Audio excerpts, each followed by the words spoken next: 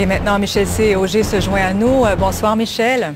Bonsoir. Alors, dites-nous, en fait, il faut dire que chaque leader fait sa propre lecture du communiqué final. C'est toujours comme ça dans les sommets, Claudine. On a un seul communiqué, mais on a l'interprétation de chacun.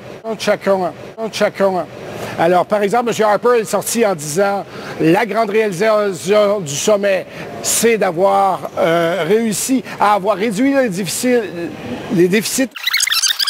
La grande réalisation du sommet, c'est d'avoir réussi à avoir réduit les déficits de moitié d'ici 2013, mais c'est contraignant pour lui parce qu'il dit que les marchés vont faire en sorte que le faire respecter. D'autre part, les marchés vont faire en sorte que le faire respecter.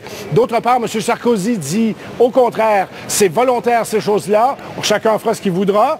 Et M. Obama dit, moi, ma priorité, c'est de créer des emplois et au troisième rang seulement, réduire le déficit d'ici 2013, comme le veut M.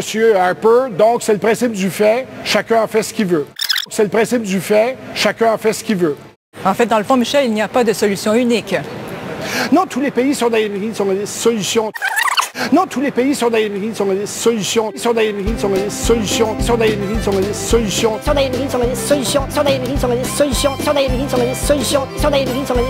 Trop différentes au plan économique et au plan politique. Il y a des pays comme la Chine qui ont des surplus, il y a des pays comme le Canada qui n'ont aucune difficulté à rejoindre les cibles qui sont fixées. Il y a des pays comme le Japon qui sont tellement mal pris au plan du déficit qui demandent une exception. Et il y a des pays comme les